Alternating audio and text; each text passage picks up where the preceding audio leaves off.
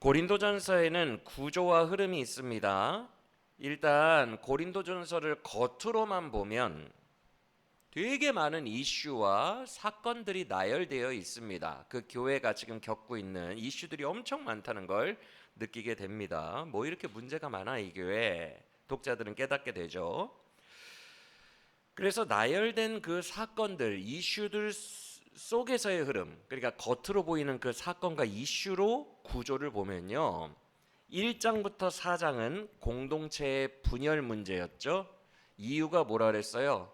자꾸 우월하려고 하는, 그래서 경쟁을 통해 그 경쟁에서 내가 다른 사람들보다 우월감을 느끼기 위해서 이렇게 하다 보니까 교회 내에 파당이 생기고 분열이 생기고 문제가 생겼다라는 게 1장부터 4장이라면 5장부터 7장까지는 주로 세속화, 고린도 교회 세속화 문제, 특히 성적인 문제가 많이 나오죠. 성적인 문제에 대해서 이렇게 다루면서 너희 교회가 되게 많이 세속화가 되었다라는 이야기를 하죠. 가령 7장에서는 성욕을 참기 힘들면 결혼해라, 결혼 이렇게 얘기를 하죠. 그래서 결혼을 벗어난 성적인 것을 하면 안 된다. 지금 고린도라는 지역 자체가 결혼을 벗어난 성적인 게 엄청나게 문란하고 타락했어요. 그래서 바울이 그 기준을 잡아주는 거죠. 결혼하면 된다. 결혼해서 그 결혼을 넘어서지 마라. 이렇게 이야기해주는 장면들, 이런 것들이 고린도라는 지역 자체가 가진 타락, 그리고 그 타락적인 세속 문화가 고린도 교회 안에도 들어와 있음을 우리는 깨닫게 된다라고 말씀을 드렸어요. 즉 이런 거예요. 세속적 문화를 그대로 교회가 가지고 온 거죠. 막 이겨 먹으려고 하고 우월하려고 하고 그리고 세속적이고 타락한 거예요. 그래서 그런 부분들이 7장까지 있다면 이제 8장부터의 이슈는 뭐냐면요. 여러분들 아마 최근 큐티 본문에서 배우셨을 거예요. 8, 9, 10장은 공동체와 관련한 이야기인데 바울의 말도 혹시 보셨어요? 나에게 권리가 있어도 나라고 뭐 베드로처럼 할 권리가 없겠느냐 뭐 이런 말 하죠. 너희도 우상 제물을 먹을 권리가 있다. 그러나 나는 유대인 앞에서는 유대인과 같이 되었고, 이런 얘기 읽으셨어요? 혹시 큐티책에서? 나는 헬라인 앞에서는 헬라인처럼 되었고, 내가 충분히 주 안에서 자유하게 누릴 권리가 많지만 나는 그리스도 때문에 내 권리 다 포기했다. 만약에 새신자가 나를 보면서 내가 우상의 제물을, 이게 뭐 우상이라는 게 사실 없는 건데, 신이라고는 온 땅에 우리 여호와 하나님 예수님밖에 없는데 뭐 이게 우상의 제물이야, 그냥 고기지. 그러면서 나는 자유하게 먹을 수 있어도 내가 그리스 신전에 갖다 바쳤던 우상 제물을 막 우적우적 먹고 있으면 그걸 보고 있는 다른 내 교회 식구들과 새신자들이 한 명이라도 시험에 든다. 그러면 나는 내 권리를 포기할 수 있다. 그래서 권리 포기에 대한 이야기를 하죠.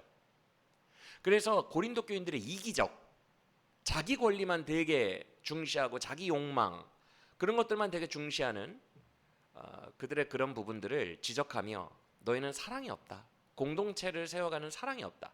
지식은 엄청 많은데 그 지식을 가지고 너 혼자 우상의 제물 우적우적 먹으면서 지식으로 자기 합리화, 나는 자유해, 세상에 신은 없어, 그래서 우적우적 먹고 있는데 너희의 지식 속에는 사랑이 없기 때문에 그건 온전한 지식이 아니다 라고 이야기하는 장면이 8, 9, 10장이죠. 읽으셨으니까 이해가 아마 되셨으리라고 생각이 됩니다. 그렇죠?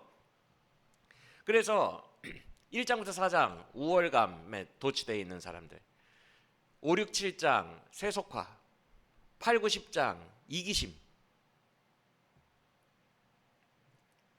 이것들을 이야기하며 너희는 정말 육신의 사람들이구나 라고 책망하고 있는 거죠.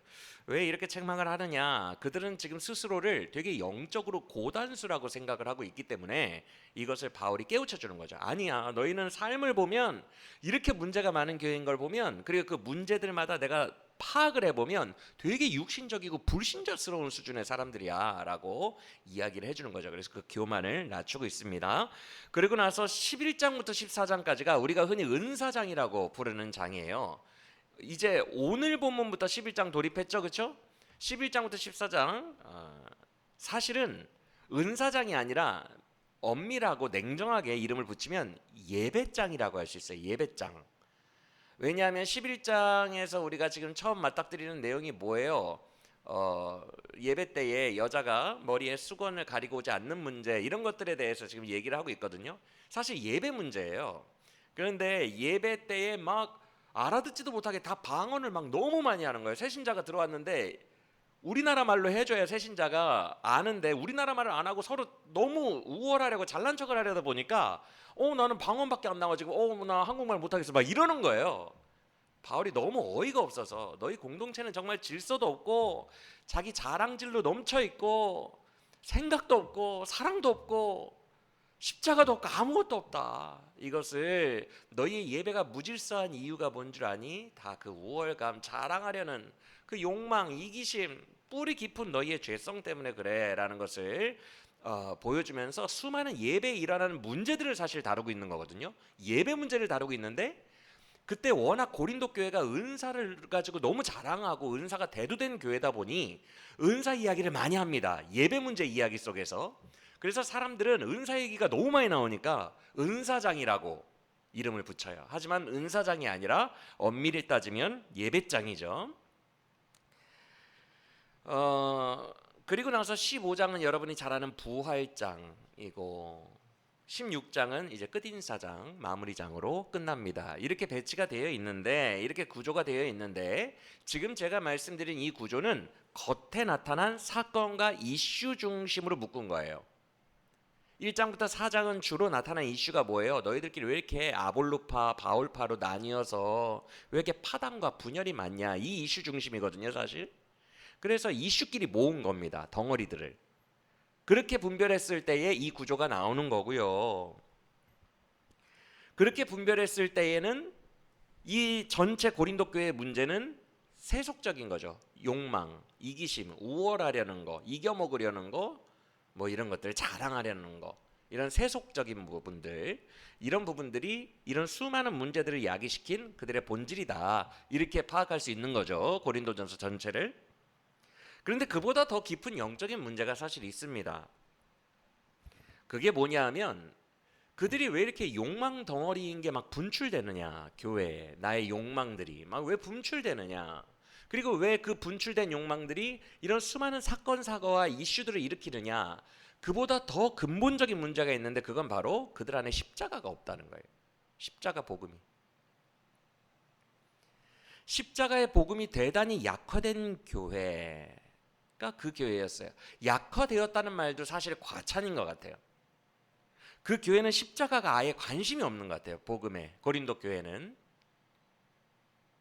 십자가에 거의 관심이 없고 약화라고 하기보다는 십자가가 없는 교회라고 말해도 될 것 같아요.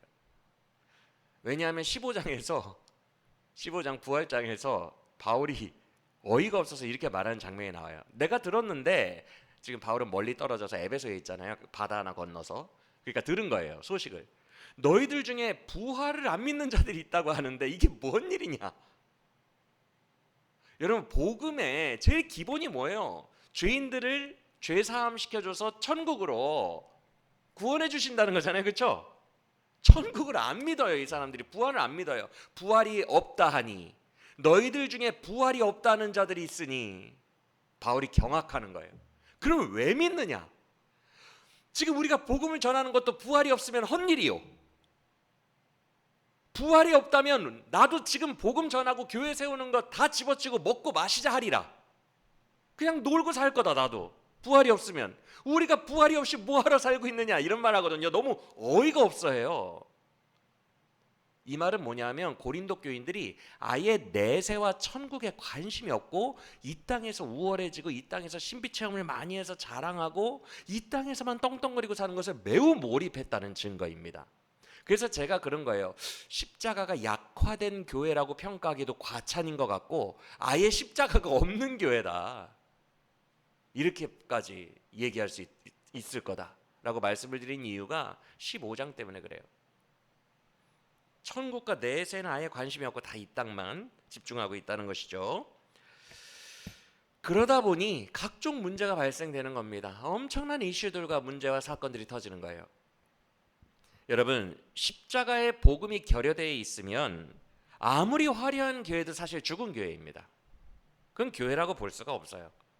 아무리 은사가 많고 아무리 대단해 보이는 교회도 껍데기 교회예요. 십자가가 없다면, 복음이 없다면.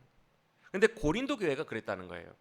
여러분, 재미있는 게 뭔지 아세요? 정말 고린도 교회는 연구 대상입니다. 왜냐하면 고린도 교회는 은사가 넘쳤던 교회예요. 하나님께로부터 받은 선물이 가장 풍성했던 교회.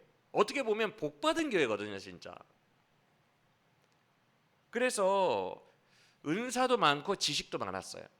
왜냐하면 최고의 설교자와 성경 권위자라고 하는 아볼로가 고린도 교회에서 담임 목사로 엄청 오래 사역했거든요. 바울도 사역했고.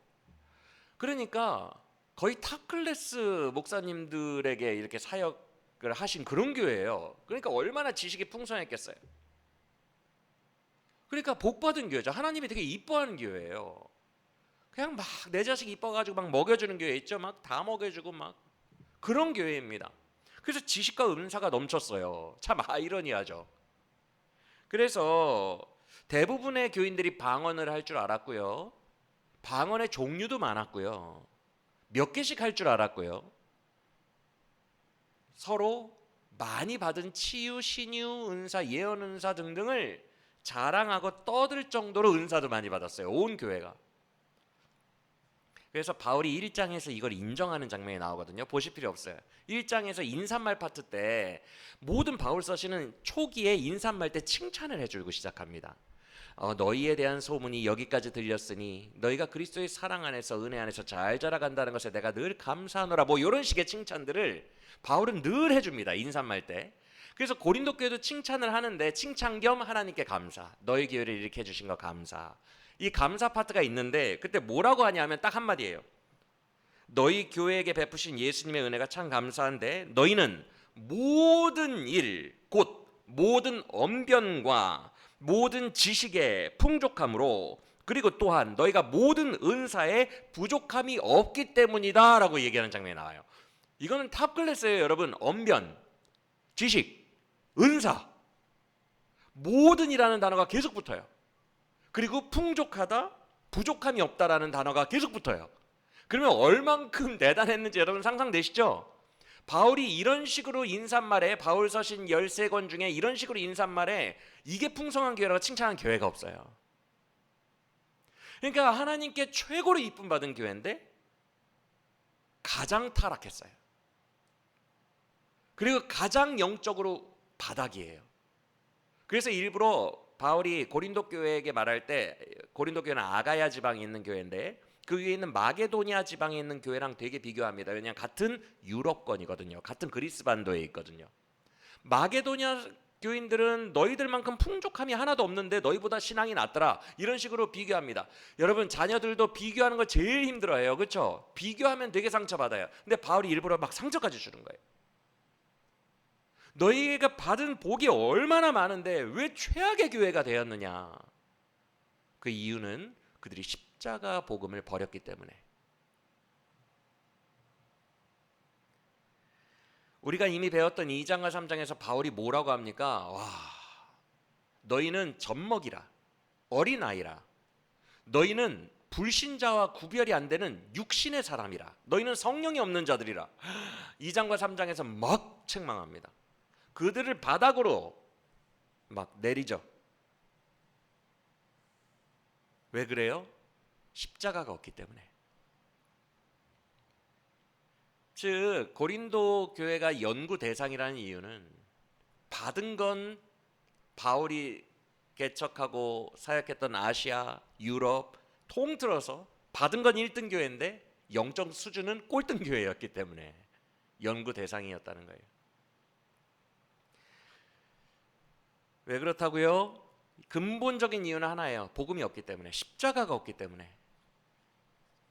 그래서 신비 은사는 많고 지식은 많고 겉보기에는 화려하지만 십자가가 없으니 문제 발생들이 엄청나게 되는 거고 세속 사람들처럼 막 욕망이 뿜어져 나오는 거예요. 다 들키는 거예요. 그래서 여러분 고린도 전서는요, 후서도 물론 마찬가지지만 특히 전서에 이게 강화되어 있는데 고린도 전서에 신학자들이 붙인 별명이 뭔지 아십니까? 십자가의 서신서예요. 고린도 전서 신학자들이 붙인 별명이 십자가 신학이 13권 바울 서신 중에 가장 강화되어 있어요. 강조되어 있어요. 왜? 반대로 추론해 보면 이들이 십자가가 없으니까. 바울이 그걸 강조했겠죠. 다른 이야기 하지 않습니다. 십자가만 얘기합니다. 여러분 고린도전서 1장 초반부부터 바울이 얼마나 십자가를 강조했는지가 막 드러나는데, 바울의 말투 보세요. 내가 그리스도의 십자가를 헛되지 않게 하려 함이라. 십자가의 도가 미련해 보이지만 구원받은 우리에게는 하나님의 능력이니라. 또 그 밑에 구원받은 우리에게는 하나님의 능력이요 하나님의 지혜이니라. 계속 십자가. 우리는 오직 십자가에 못 박히신 그리스도 한 분만을 전한다. 그리고 바울이 1장 마지막에 뭐라고 해요? 나는 십자가에 못 박히신 예수 외에는 아무것도 알지 아니하기로 작정했다. 이렇게 말합니다. 1장 내내 십자가예요. 십자가가 헛되지 않게 하려 한다. 십자가만이 능력이다. 나는 십자가 외에 다른 지식 다 버렸다. 십자가만이 오직 최고다. 다른 것들 아예 모르기로 작정했다. 십자가만 자랑한다. 십자가 한 분만을 전한다. 왜 이렇게 1장부터 뭐 십자가만 쏟아내고 있어요? 십자가 외에 다른 것들은 다 그냥 생각도 안 하고 다 하등 정도가 아니라 아예 고려 대상이 안 되고 나는 무조건 십자가. 왜 이렇게 할까요? 바울이 아까도 말씀드렸지만 십자가가 없는 교회니까. 여러분, 오늘날 아무리 화려한 선교단체나 교회라도 십자가가 그들의 1번 순위가 아니라 아주 탑으로 절대적인 1순위가 십자가가 아니라 신비체험이나 다른 교육 프로그램, 다른 방법론들이 그들의 1위. 우리 교회는 특징이요 제자훈련이에요 이러거나, 우리 교회는 특징이요 신유 집회예요 이러거나, 어떤 자기들만의 전문성을 이렇게 광고하는 것 같지만 사실은 십자가보다 그것들을 더 우위에 놓고 자랑으로 삼고 있는 거, 그런 선교단체나 그런 교회가 있다면 다 가짜예요.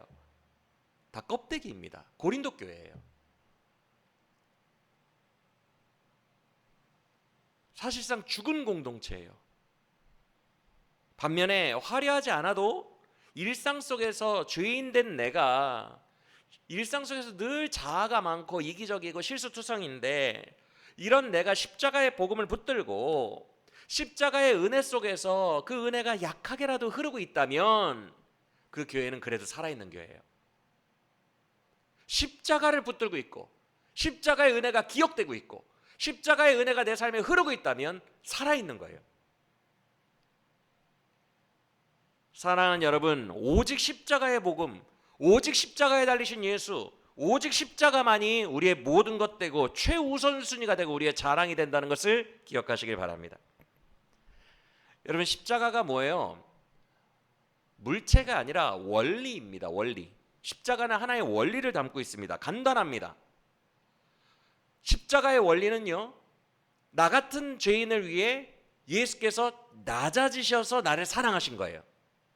그래서 나도 이런 사랑을 받았으니 예수처럼 똑같이 나도 남은 인생을 낮아져서 사랑하는 거예요. 끝. 이거 외에 다른 어떤 화려한 은사도 다 필요 없어요. 끝. 내가 십자가에서 예수 그리스도께서 나 같은 죄인을 위하여 낮아짐으로 나를 사랑하셨다면, 나도 똑같이 이웃에 대하여 남은 인생 동안 낮아지면 사랑하면 끝. 나 은사 받았다 치유받으러 올래? 자랑하는 게 아니라, 이게 십자가의 원리입니다. 바울이 이것만 얘기해요. 고린도전서에서. 다른 거 다 필요 없대요.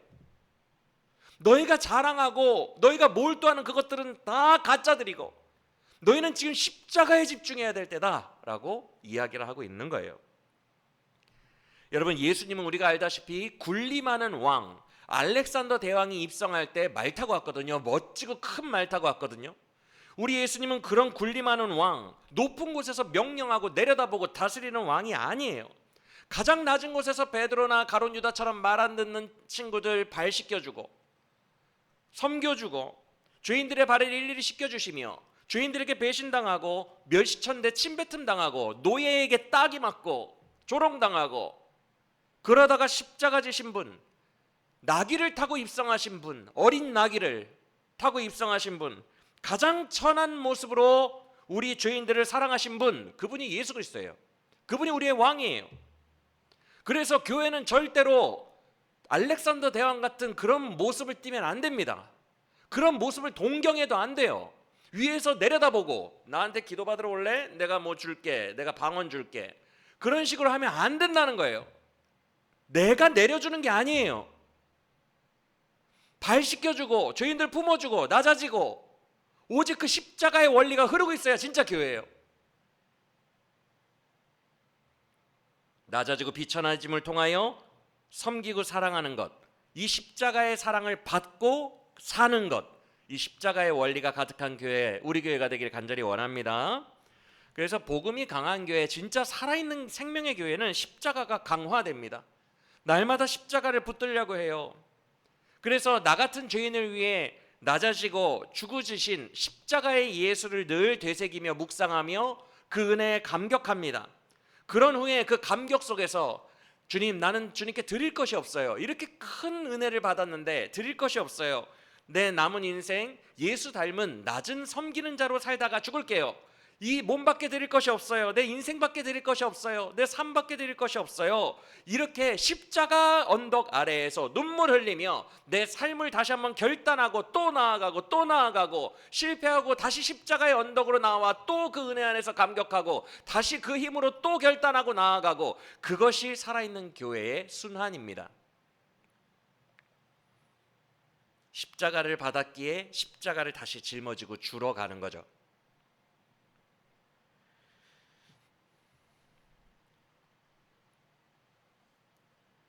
그래서 많은 신학자들이 십자가의 서신서라고 이름 붙인 이 고린도전서를 십자가의 원리로 다시 구조 분석을 하면 이렇게 됩니다. 1장부터 4장까지 아까는 뭐라 그랬어요? 우월감 때문에 서로 분열하는 교회 이슈가 담겨있다 그랬죠? 1장부터 4장까지는 십자가를 잃어버린 교회. 이게 사실 신학자들이 이미 다 해놓은 거예요. 십자가를 잃어버린 교회의 모습, 1장부터 4장. 십자가를 잃어버린 교회는 서로 싸운다, 다툰다, 당이 갈라진다. 그리고 두 번째 파트, 저는 5, 6, 7을 이제 세속화, 8, 9, 10을 권리 포기, 공동체를 위한 사랑, 이렇게 나눴는데 이걸 합쳐서 5, 6, 7, 8, 9, 10 전체를 신학자들은 십자가를 잃어버린 삶. 십자가를 잃어버린 사람은 이런 삶을 산다. 세속화되고 타락하고 공동체에 대한 배려, 사랑 전혀 없이 이기심으로 가득하다.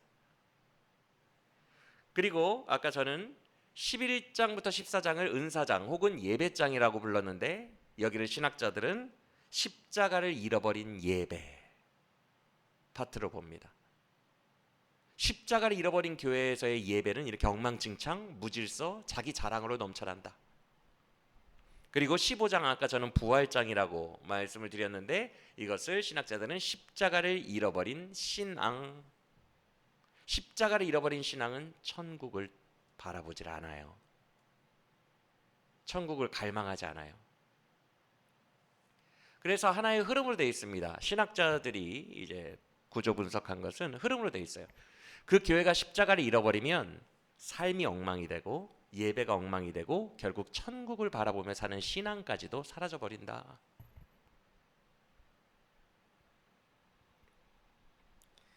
나중에는 거의 기독교가 아닌 타종교가 되어버리는 거죠. 십자가를 잃어버리게 되면 신앙을 잃어버리고 끝나니까 부활을 소망하지 않아요. 더 이상 천국을 소망하지 않아. 그러면 타종교라고 봐야죠. 사실 예수님 그것 때문에 오셨는데. 그래서 여러분들이 고린도 전서를 읽을 때 이렇게 십자가의 원리를 강조하는 바울, 그리고 십자가의 구조로 읽어내면 훨씬 더 고린도 전서의 묵상이 풍성해지고 분명해집니다. 그리고 바울 선생님이 정말 이들에게 말하고자 하는 그 절절한 사력을 다해서 이들을 가르치려고 하는 그 바울 선생님의 핵심 의도를 알게 됩니다. 이런 십자가의 구조는 이제 사경회 때나 사경회 때 13권 다 배우잖아요. 사경회 때나 정리해 드리려고 했는데 어쩔 수 없이 아껴두지 못하고 수요 예배 때에 합니다. 그 이유가 있어요. 지금부터 수요 예배 시간에 다룰 어떤 문제를 우리가 함께 보게 될 텐데, 지금 설명해 드린 이 원리를 염두에 두고 이 원리에 입각하여 이 문제에 같이 들어가기를 원해서 그래요. 여러분 고린도전서는 바울이 십자가의 원리만 강조한 겁니다. 꼭 그렇게 읽으셔야 돼요 라는 이 사전 설명을 드린 거예요. 이제 앞으로의 그 문제에 집중하기 위해서 이걸 꼭 염두에 두시라고. 우리가 11장 오늘 들어갔죠. 11장부터 은사장이라고 했잖아요. 사람들이 흔히 부르는 은사장. 이 은사장의 어떤 한 부분에 우리가 집중을 할 텐데, 이제 십자가의 원리는 뭐라 그랬어요? 낮아진 사랑 받았으니 나도 이웃들에게 낮아진 사랑하다 가는 거, 이거라고 했죠. 되게 단순하다고 했죠. 나도 예수의 길을 가는 거, 예수께서 사람들을 위해 하신 일 그대로 나도 하는 거, 그게 그냥 십자가의 원리잖아요. 은사장도 마찬가지예요. 바울은 은사장에서 은사들에 대해 설명하고 싶은 생각이 없어요. 몸은 하나이나 지체는 여럿이요 그렇듯이 너희가 교사로, 목사로, 선지자로, 사도로 부르심을 받았느니라. 너희의 은사도 각장각약이나 성령께서 주시는 성령은 하나니, 믿음의 은사, 무슨 은사, 신유의 은사, 방언의 은사, 예언의 은사, 은사들도 얘기하고 직분도 여러 가지요, 사도요, 선지자요, 교사요. 몸은 하나이나 지체는 여럿이고 성령은 하나다. 이런 얘기들을 은사론 정리하고 싶어서 한 게 아니라는 거예요. 제가 지금 그 얘기를 드리고 싶은 거예요. 이런 얘기들이 왜 나오냐면 십자가를 설명해 주고 싶은 거예요. 그래서 중간중간에 은사 얘기가 나오는 겁니다. 왜? 이 고린도 교회가 은사가 너무 많아서 은사 때문에 서로 자랑하고 무질서한 교회였거든요. 그러니까 이런 정리를 그냥 지나가다가 해준 거지, 나는 은사론을 설명하고 싶다 이렇게 한 게 아니라는 것을 기억해라는 거예요, 우리가. 그래서 은사장도 보면요, 11장부터 14장을 보면 여러분들 이제 큐티책 보시겠지만 너희는 방언도 많이 하는구나. 근데 바울의 목적은 뭐예요? 근데 삶은, 바울은 한 번도 얼마나 강하게 체험했니? 얼마나 크게 체험했니? 얼마나 대단한 걸 체험했니라고 말하지 않아요. 너희는 방언이 참 많은 교회구나. 그런데 삶은 그걸 무시하고 있다는 거예요. 삶은, 너희가 방언은 그렇게 많이 떠드는데 사랑은? 그래서 13장 사랑장이 중간에 나오는 거예요. 은사장 중간에. 너희가 아무리 방언을 하고 천사의 말을 할지라도 사랑이 없으면 꽹가리와 같고, 너희가 산을 옮기는 엄청난 기적 능력이 있어도 사랑이 없으면 아무것도 아니니라. 바울은 모든 은사를 부정하고 있어요. 그래, 은사 많아, 좋아. 근데 사랑은, 삶은, 교회의 덕은 세우고 있니? 이게 십자가의 원리를 계속 설명하는 거예요. 여러분 8, 9, 10장 읽으셨잖아요, 최근에. 그때 바울이 뭐라고 하죠? 우상 제물 먹는 거랑 그 이후의 얘기 속에서 너희가 지식은 많은데 사랑이 없구나. 1장에서 뭘 칭찬했다고요? 너희가 모든 언병과 모든 지식과 모든 은사에 풍성한 것을 내가 감사하노라. 그런데 8, 9, 10장에서 지식은 풍성한데 사랑이 없구나. 헛것이다. 11, 12, 13, 14장에서 방언은 풍성하고 은사는 풍성한데 사랑이 없구나. 아무것도 아니다. 꽹가리다 그냥. 그런 바울의 신학적 의도가 흐르고 있어요. 계속 흐르고 있어요.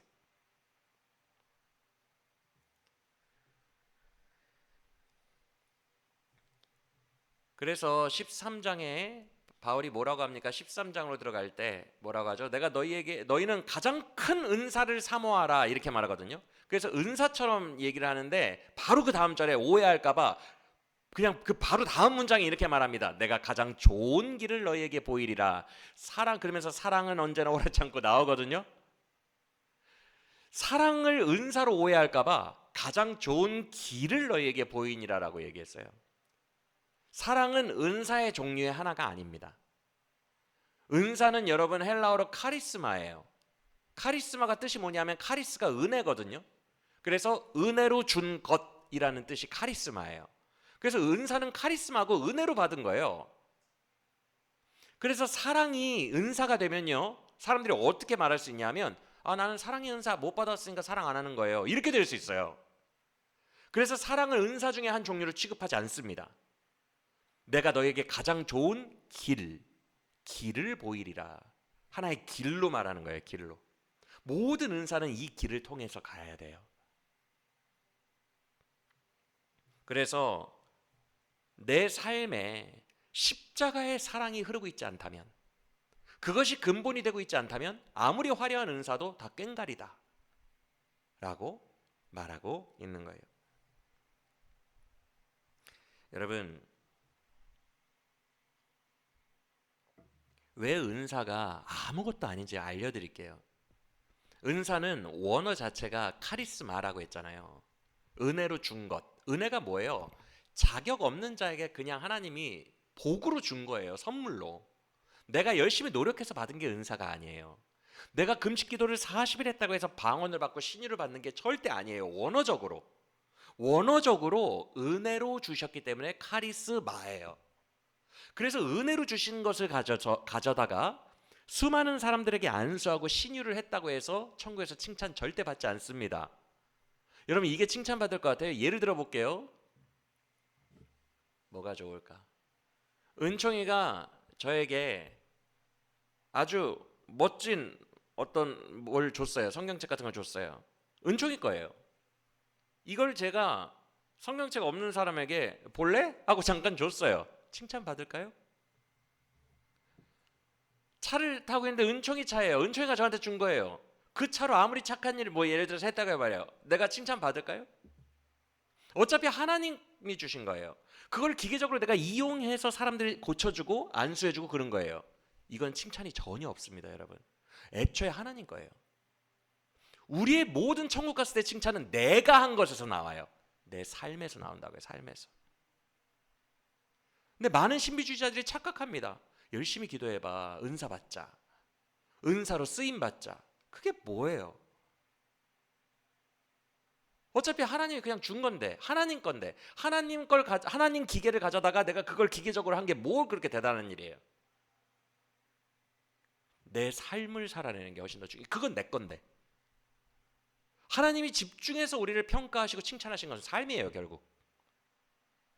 이 삶의 십자가가 흐르고 있어야 돼요. 이 삶이 복음적이어야 돼요. 이 삶에 예수가 가득해야 돼요.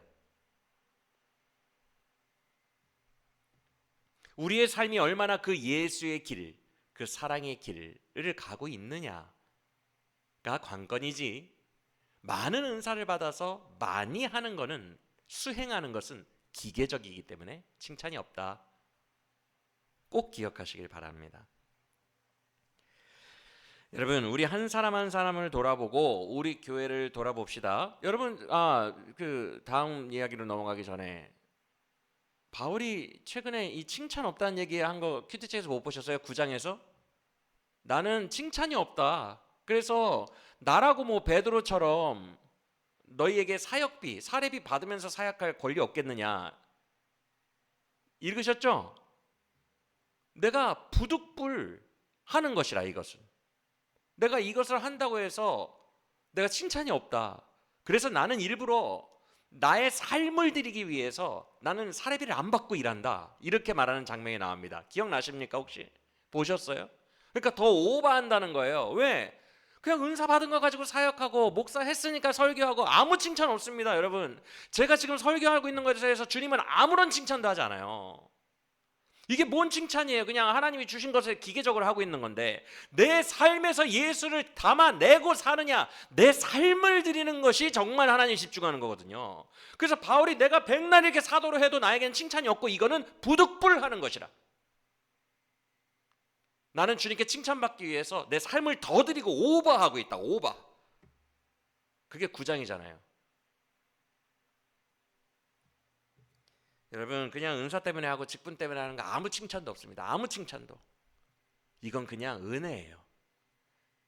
나를 그냥 이 직분에 두시고 이 은사에 두셔서 하나님을 더 가까이 하며 하나님께로 나아가게 만들려는 그냥 은혜일 뿐이에요. 이건 내 공로도 아니고 칭찬거리도 아닙니다. 내 삶을 드려야 한다는 거 꼭 기억하시길 바랍니다.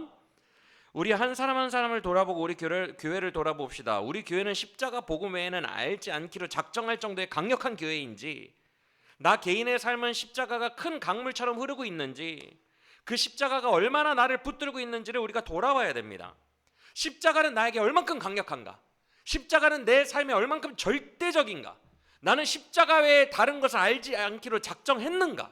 나에게는 십자가만 가장 중요하고 나의 자랑인가? 이것을 한번 돌아보기를 원합니다. 그리고 만약 우리야말로 고린도 교회처럼 십자가가 없고 십자가가 별로 중요하지도 않고 십자가가 메마른 사람이라면, 메마른 교회라면 지금이라도 회개하고 십자가를 소중히 여기고 십자가 중심의 삶을 살게 해달라고 간구해야 할 줄 믿습니다. 다시 십자가 복음이 내 마음 안에서 성령의 감동으로 느껴지게 해주세요. 내 마음에 십자가의 사랑이 부어지게 해주세요 라고 간구해야 합니다. 그리고 다시 십자가 하나만 붙들고 이 세상 자랑, 이 세상 부귀영화 다 내려놓고 십자가 하나만 붙들고 내 남은 인생을 드리기를 원합니다 라고 바른 결단을 하게 해달라고도 간구해야 할 줄로 믿습니다. 아무쪼록 우리의 삶과 우리 교회가 십자가로 각성한 복음의 능력으로 가득한 교회가 되기를 간절히 원합니다. 지식 은사 많아봐야 아무짝에 쓸모없어요. 진짜 그 안에 흐르는 가장 좋은 길을 내가 너희에게 보이리라. 그건 사랑입니다. 십자가 안에 있는 예수 사랑 받고 나도 그 사랑으로 넘쳐서 살아가는 거예요. 그 안에만 실제적 능력이 있습니다. 여러분 이제 슬슬 주제 이야기를 해드릴게요. 저는 개인적으로 순복음교회 계열의 오순절 운동을 그들이 했거든요. 순복음교회가 오순절 운동으로 탄생한 교단이에요. 오순절 운동보다는 그래도 영국에서 발생했던 웨슬리의 감리교 운동이 그래도 더 낫다라고 저는 생각합니다. 이유가 있어요. 웨슬리의 감리교 운동 때에 지금도 그 자료들이, 역사적 자료들이 남아있어요. 신비 현상들이 되게 많이 일어났어요.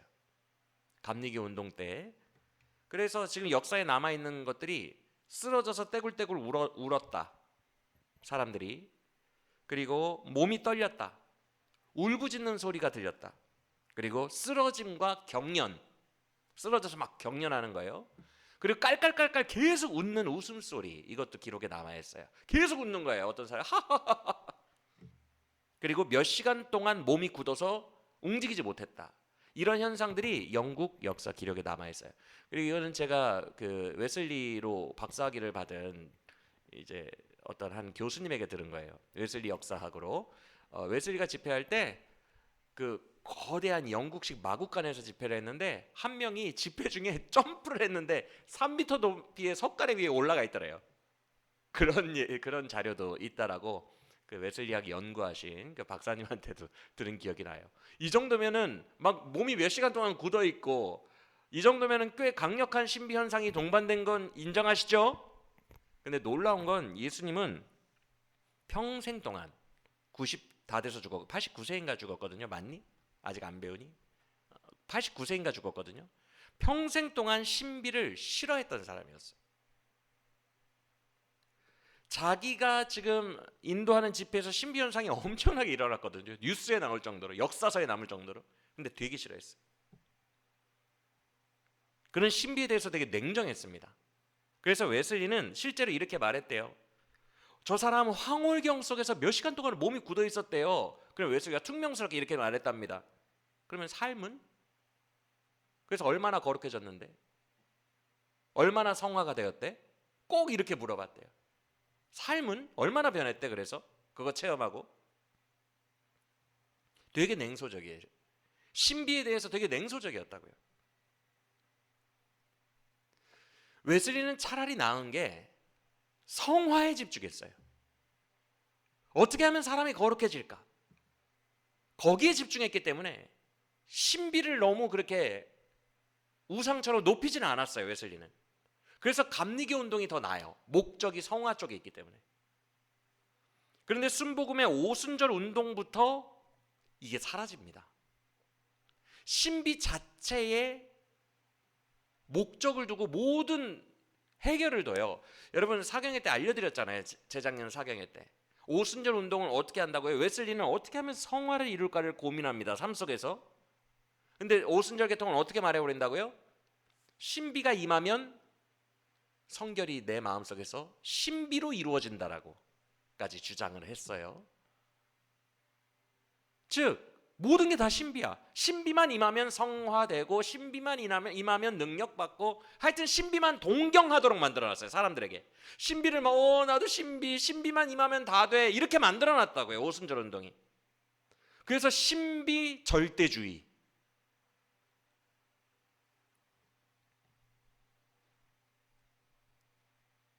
그래서 신비를 맹종하고 우상화하는데 크게 일조합니다. 그래서 오순절 운동보다는 감리교 운동이 더 본질에 가깝지 않나라고 말씀을 드린 거예요. 웨슬리가 그 사람은 그런 체험했대요. 그래서 삶은 어떻게 변했는데? 라고 얘기한 것처럼 고린도전서 전체에서 바울은 특히 은사장에서 너희는 방언이 참 많구나, 은사가 많구나, 근데 삶은 이렇게 물어보는 것과 똑같은 감정이라는 거죠. 자, 그러면 왜 지금 거의 시간이 다 됐는데 왜 수요 예배 때 이렇게 고린도전서 전체의 십자가 신학에 대해서 알려드렸는지를 말씀드릴게요. 이제 오늘부터 몇 주가 될지는 모르겠어요. 오늘은 시간이 다 갔기 때문에 이제 조금밖에 못 다룰 것 같고 이 주제에 대해서. 그리고 6월 마지막 주 수요일인 다음 주간에는 한 주 전체를, 1시간 전체를 이 주제를 위해서 쓸 것 같고, 그래도 안 끝나면 7월 큐티가 뭐든 간에 7월 통독이 뭐든 간에 7월 달까지 이걸 연장시켜서 이 주제를 꼭 끝내봐야 되는, 주님이 마음 주신 주제가 있습니다. 이 고린도전서 은사장 나왔을 때 꼭 해야 되는 주제가 있어요. 그만큼 이 주제를 이번에 정말 똑부러지게 확실하게 한번 정리하고 가고 싶다라는 마음이 들었어요. 언제부터? 2년 전부터. 2년 전에 우리 교우 중에 한 분이 하나님 음성 듣기에 대해서 좀 제대로 알고 싶습니다. 그래서 그때 새벽 기도 시간에 2년 전 새벽 기도 시간에 하나님 음성 듣기를 이렇게 쭉 다루다가 그때부터 마음이 있었어요. 이 주제 한번 다뤄야겠다. 정말 다뤄야겠다. 그러다가 기회를 안 주셔서 계속 그냥 마음에 품고 살다가 작년 새벽 예배 때 기도와 관련한, 작년 초반에 기도와 관련한 새벽 예배 시리즈를 한 적이 있었는데 그 기도할 때 이거 다뤄야겠다, 요번에 다뤄야겠다 하다가 그 기도 좀 하다가 이렇게 좀 다른 주제로, 영적인 주제가 넘어가 버려가지고 못 다룬 게 있어요. 2년 동안 마음에 품고만 있었어요, 이 주제. 그러다가 고린도전서 딱 큐티 된 거 보고 이거다, 이때다. 그래서 이번에 오늘 남은 시간 조금, 다음 시간 전체, 모자라면 7월 달까지도 이 주제를 확실하게 결정짓고 지나가려고 합니다. 바로 방언입니다. 방언에 대해서 이번에 아주 그냥 확실하게 알려드릴게요. 우리 교회는 방언에 대해서 이렇게 확실히 알고 확실히 규정하고 있습니다 라고까지 말할 수 있을 정도로 제대로 한번 정리하고 나눠보고 배워보려고 합니다. 여러분들은 이미 아시겠지만 제가 오늘날의 신비주의적인 그런 움직임들을 매우 경계합니다. 왜냐하면 이런 십자가적이고 복음적이고 예수의 본질적인 부분으로 봐서는 비본질적인 게 되게 높아져 있어요. 지금 사람들의 이목을 끌고 있어요, 집중력을. 그래서 이거는 되게 위험하다고 생각하고 제가 경계하거든요, 신비주의를, 오늘날의 신비주의적인 움직임을. 실제로 보수 장로교단, 우리나라에 있는 보수 장로교단은 방언을 하면 다 마귀 방언이라고 얘기해요. 그런지 계속 오래됐고요. 그렇게 규정을 아예 내리고 있어요, 지금 현재 보수교단은. 그래서 우리 은성이가 예전에 다녔던 미국에 있는 그 지금 교회 말고 예전 교회는 목사님이 방언을 마귀 방언이라고 아예 규정을 내렸어요. 거기가 이제 저기 오정현 목사님 사랑의 교회 계열과 비슷한 그 교단이잖아요. 그래서 우리나라도 그런 합동측 보수적인 장로교는 방언을 다 마귀라고 얘기를 해요. 왜? 방언은 초대교회 이후로 끝났다라고 봅니다. 그래서 지금 하고 있는 건 다 마귀 방언이라고 규정을 내려요. 신학적으로 이미 정리가 끝났어요. 그래서 이제 저는 방언을 받았잖아요. 직접 개인이 체험을 했잖아요. 개인이. 그런데 신학은 보수주의 신학을 너무너무 가치 있다라고 여기고 안전하다라고 여기고, 반면에 신비주의적 오늘날의 흐름을 되게 위험하다라고 보는 입장이잖아요. 그래서 저는 제가 경험한 이 모든 방언 체험을 다 부정해도 좋아요. 부정해도 지금 신비주의를 경계할 수만 있다면 보수 장로교를 지지하고 싶은 마음이에요. 사실 제 심정은. 그 정도로 신비주의가 오늘날 위험해요. 예수의 복음을 가리고 있기 때문에, 우상화됐기 때문에 위험합니다. 그래서 차라리 이거를, 내 경험을 다 부인하더라도, 나도 마귀야 라고 얘기하더라도 이쪽에 가담하고 싶은 마음이에요. 심정은 사실. 그런데 이번 방언 공부는 최대한 객관적이고 진실하게 배워보려고 해요. 아주 객관적으로, 한쪽 편에 서지 않고 편견하지 않고 치우침 없이 한번 방언에 대해서 아주 종합적으로, 이제는 방언에 대해서 분명히 알겠다라고 할 정도로 한번 알려드리려고 합니다. 거의 신학교 수업 수준으로. 아주 학문적인 시간이 될 거예요. 아주 객관적이고 공부적인 시간이 될 거예요. 그러니 이번에 방언 정리하는구나. 2년 전부터 우리 목사님에게 주신 우리 교회 교인들이 들어야 되는 이야기였는데 이제야 듣는구나. 이번에 우리 교회가 방언에 대해서 종합적으로, 객관적으로, 냉정하게 깨닫고 이런 이해를 나의 방언 생활의 표준으로 삼으면 되겠구나 라고 여기시기를 부탁을 드립니다. 자, 그러면 이 거대한 주제, 오늘은 조금만 본다 그랬죠? 사실 많이 못 봐요. 이 거대한 주제에 들어가기에 앞서서 가장 중요한 말씀을 먼저 드릴게요. 그건 뭐냐면, 사실 방언이 성경이 그다지 중요하게 여기는 분야가 아니라는 거예요. 만약에 성경이 십자가, 영생, 예수 이런 것만큼 방언을 중요하게 여겼다면 신약 성경에 이런 단어들은 수백 번씩 사용되거든요. 많은 빈도수로 사용됐겠죠, 단어 자체가. 정말 성경이 방언을 중요하게 생각했다면 되게 많이 기록되어 있을 거예요. 근데 방언은 연구하기가 힘들 정도로 근거 구절이 적어요. 성경은 방언에 사실상 별 관심이 없어요. 되게 작은 분야로 필요에 의해서 언급되고 있어요. 그 근거 구절은 오직 사도행전에 3번 나오고 고린도전서 은사장에 1번 나와요. 그러니까 몇 번 이렇게 나와요, 방언과 관련 말이. 사도행전과 고린도전서 이외에 성경 66권 중 64권에는 방언이 전혀 나오고 있지 않아요.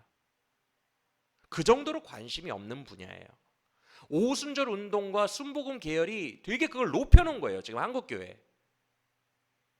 그래서 이번에는 제가 어느 진영에도 가담하지 않고 객관적으로 알려드리겠다는 거예요. 왜? 객관적으로, 정말 객관적으로 깨달아야 이 방언이라는 존재에 대한 가치와 위치를 알 수 있기 때문에 그래요. 냉정하게. 지금 방언이 필요 이상으로 되게 올라와 있거든요. 그래서 객관적으로 보는 게 중요해요. 어쨌든 우리가 이제 방언을 연구하면 다각도로 연구해 볼 텐데, 성경적으로 연구하려면 본문이 제한적이다, 되게 조금이다, 이것을 먼저 말씀드리고 싶어요. 연구 소스 자체가 별로 없습니다. 그런데 이때 중요한 게 있어요. 소스 자체, 구절 자체는 별로 없는데 그래서 문맥으로 읽어야 됩니다라는 얘기를 꼭 하고 싶어요. 여러분, 성경은 무조건 문맥으로 읽어야 돼요. 이거는 대원칙입니다. 그런데 만약 여러분이 성경에 뭔가를 연구하려고 할 때 그 연구 대상이 되게 조금 있어, 성경에 소스가 별로 없어. 소스가 별로 없을수록 위험한 거니까 절대적으로 문맥으로 읽어줘야 돼요. 아니면 오해가 발생합니다. 소스가 없기 때문에. 예를 들어서 소스가 되게 많아요. 영생이라는 단어, 십자가라는 단어는 신약 성경 전체에 분포되어 있죠. 수백 번 나오죠. 이렇게 신약 성경 전체에 수백 회가 나온 것들은 문맥을 물론 봐야 되지만 워낙 증거 구절이 많기 때문에 이 증거들의 공통 분모만 깨달으면 답 나옵니다.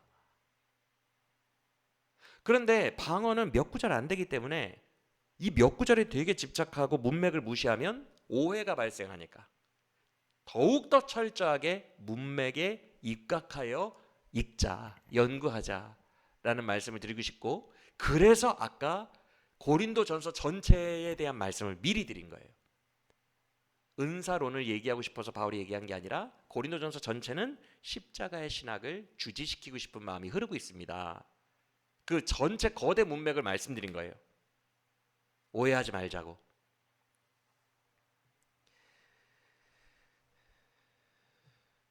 예를 들어 볼게요. 어떤 오해가 발생하냐면 지금 오늘날에도 방언과 관련한 오해들이 그 구절만 집중해서 지금 오순절 계열, 순복음 계열들이 우기고 있거든요. 문맥을 고려하지 않아요. 거기서 그렇게 말했지 않느냐 이렇게 말하고 있는 부분들이 좀 있어요. 그래서 예를 들어 드릴게요. 어떤 세미나 강연에 갔더니 어떤 의사 선생님 아니면 무슨 사회심리학자가 나와서 강연을 합니다. 뭐라고 강연하냐면 우리 대한민국 지금 성형공화국 되어 있습니다. 온 세계 여자들이 성형 받으려고 우리나라에 오는 실정입니다. 여러분 이거 문제 많습니다. 진정한 아름다움은 성형에 있지 않습니다. 이렇게 사회심리학자가 얘기한다고 해봐요. 그러더니 앞에 있는 분 여자분 잠깐 나와보세요. 그래서 그냥 무작위로 나오게 합니다. 옆에 세워요. 보니까 평범하게 생긴 그냥 보통 여자분이에요. 그런데 그 강사가 이렇게 말하는 거예요. 자기의 주제를 위해서, 자기의 논리를 위해서. 저는 개인적으로 지금 화면에 보이는 성형한 이 아름다운 여성들보다 이 여성의 자연적인 아름다움이 훨씬 더 아름답다고 생각합니다. 여러분은 그렇지 않으십니까? 이렇게 강연을 했다고 해봐요.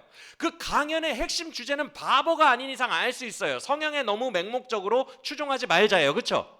근데 어떤 사람이 그 강연을 듣고 이렇게 말했다고 해봐요. 저기 앞에 나간 저 여자, 저 강사가 좋아하나 봐. 얼레리 껄레리 이쁘대. 얼마나 유치하고 한심합니까? 맞아요? 그 강사의 의도를 전혀 모르고 있는 거죠. 그러니까 그 한 구절, 한 장면만 놓고 그거에만 빠진 나머지 강사가 저 여자 좋아하나 봐. 얼레리 꼴레리. 성경을 문맥으로 읽지 않고 한 구절만 찝어가지고 이거 이런 뜻인가 봐 라고 하는 것이 이렇게 한심한 거예요. 오해투성이를 만드는 거예요. 그래서 절대적으로 바울이 지금 하고 싶어하는 맥락, 의도, 바울의 속마음, 전개되는 문맥 다 고려해서 성경을 읽는 것이 가장 안전하고 건강하다. 꼭 기억하시길 바랍니다. 그래서 방언도 마찬가지예요. 방언도 우리는 이 원칙을 절대적으로 고수하면서 해석할 건데, 연구할 건데 본격적인 방언에 대한 공부는 다음 시간에 하고 결론부터 미리 말씀드릴게요. 아까도 얼핏 비쳤지만 가장 중요한 건 포지션이에요, 여러분. 세상의 모든 것은 하나님이 정하신 질서대로 자기 포지션이 있습니다. 예를 들어 대통령의 포지션이 있고 해룡면사무소의 구급 공무원 포지션이 있어요. 같은 공무원이라도 대통령의 포지션이 있고 구급 공무원의 포지션이 있다라고요. 그래서 대통령에게 가서 나 주민등록등본 좀 떼주세요. 구급 공무원의 포지션에게 부탁해야 될 일을 대통령에게 가서 등본 떼달라고 하면은 이상한 사람 소리 듣죠. 반면에 구급 공무원에게 가서 우리나라 복지 정책을 제대로 해달란 말이에요. 우리 지역에 세계 엑스포를 주최해 주세요. 구급 공무원이 그걸 어떻게 해요? 포지션에 맞지 않는 대우를 하거나 포지션에 맞지 않는 기대감을 가지는 것은 이상한 일입니다. 오늘날 우리 한국은 방언에 대해서 너무 많이 기대를 하고 있고 너무 높이고 있어요. 그 포지션이 사실 별거 아닌 구급 공무원 수준이거든요. 근데 대통령처럼 높아졌어요. 그래서 객관적으로 알려드리고 싶어요. 그냥 주님이 정하신 질서대로 두는 게 가장 아름답고 건강한 거예요. 그걸 넘어서면은 포지션을 넘어서면 이상해지는 거예요. 오순절 운동 때문에 순복음 교단 때문에 방언이 지금 너무 대통령스럽게 되어버렸어요. 사실 성경에선 구급 공무원인데 질서의 파괴가 일어났다는 거예요. 여러분, 공부한다. 공부란 이런 무지함으로 야기된 무질서를 바로잡는 걸 공부라고 해요. 그래서 이번에는 방언을 공부할 거예요. 그래서 방언에 대해서 여러분들이 진짜 객관적으로 알았으면 좋겠어요. 아, 딱 요 정도구나. 방언은 이런 유익이 있는 거구나. 그래서 이번에는 여러분들도 재밌을 거예요. 제가 2년 동안 이것에 대해서 고민하고 공부하고 이런 이슈가 나면 알아보고 성경적으로도 방언에 대해서 당연히 얘기를 하고, 이건 가장 중요하니까. 그 다음에 신학 전통 속에서도 역사적으로도 볼 거고요. 뇌과학자, 언어학자들의 연구까지도 다 얘기해 드릴게요. 그냥 모든 학문을 총동원해서 방언의 민낯을 낱낱이 알려드릴게요. 인정할 건 인정하고 아닌 건 아니라고 이야기해 드릴게요. 그래서 이 시간이 맞춰지면 아마 여러분들이 분명히 그 포지션을 깨닫게 될 거예요. 아, 방언은 사실 구급 공무원이었는데 오순절 계열이, 그 교단 계열이 방언을 너무 필요이상 한국교회에 높여놨구나. 이제 그 포지션에 걸맞는 대우만 해주면 되겠구나 라고 여기시면 돼요. 무슨 말인가 하니 한국교회에 그런 게 있어요. 방언에 깊이 들어가 봐. 환상도 보여. 방언에 깊이 들어가면 내가 성결해져. 이게 구급 공무원을 대통령처럼 오해하는 거랑 똑같거든요. 방언은요, 딱 그 유익이 정해져 있어요. 방언에 깊이 들어가면 막 무궁무진한 우주 같은 세계가 펼쳐지고 막 나를 성결하게도 해주고, 방언 절대론 절대 아니라고요. 구급 공무원이 할 일이 있어요. 딱 그 수준이에요. 근데 오늘날 신비주의는 방언이라는 하나를 통로로 여겨서 더 깊은 환상의 세계로 들어가려고 하거든요. 이게 진짜 위험해요.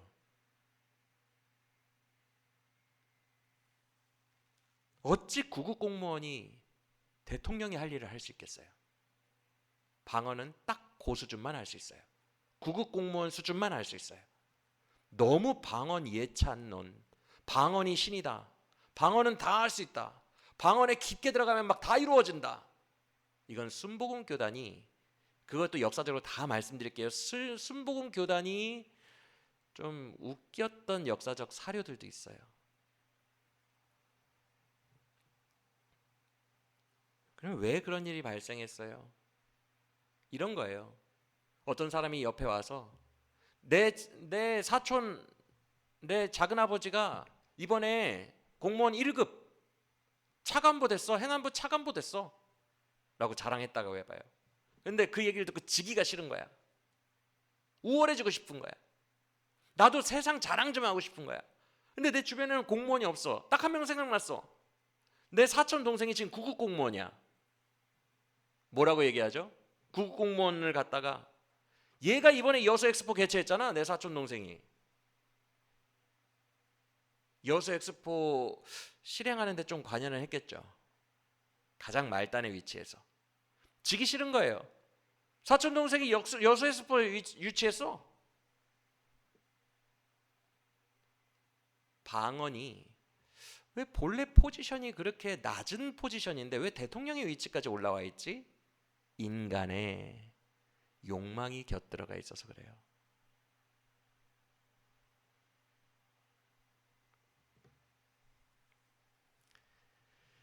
정확하게 고린도 교인들이 가진 우월의식 자랑, 은사 자랑, 높아지고 싶다, 이 의식과 일치합니다. 그래서 고린도전서를 여러분들이 직접 큐티로 읽으며 부인할 수 없이 내 눈으로 직접 보고 확인하는 이때가 아니면 방언을 배울 기회가 없겠다라는 생각이 드는 거예요.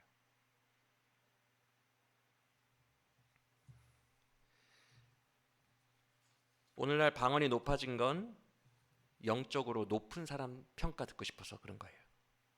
고린도 교회처럼. 근데 바울은 말합니다. 내가 수많은 교회들을 세웠지만 빌립보, 에베소. 너희 교회가 영적으로 가장 비영적이고 가장 수준이 낮다.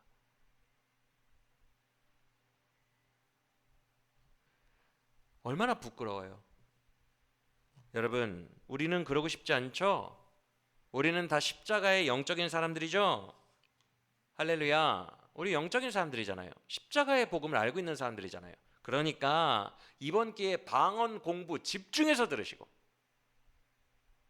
내가 그동안 방언에 대해서 잘못 생각하고 있었던 거, 그런 부분들을 정말 진실하게 한번 다 받아들이셨으면 좋겠어요. 듣기 싫어.